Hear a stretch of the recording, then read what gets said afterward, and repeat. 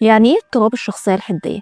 اضطراب الشخصية الحدية هو اضطراب في المشاعر، بيخلي إحساسنا بالمشاعر قوي جدا في أقصى درجاته. أوقات بحس المشاعر كأنها جبل، كتلة شديدة جدا على قلبي، حاسس المشاعر كأنها بتخبطني كده زي الموجة من غير أي فلاتر تحميني. هو ده اضطراب الشخصية الحدية.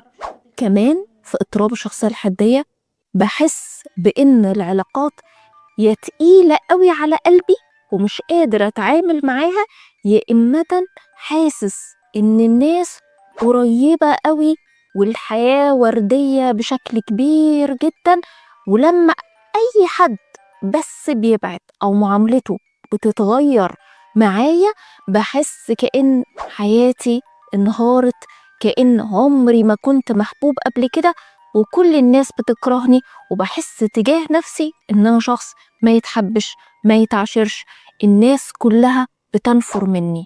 طبعا الإحساس ده بيكون شديد جدا جوانا تجاه مشاعرنا، وكمان التغييرات اللي بتحصل في العلاقات بتبقى مؤلمة بقدر شديد جدا.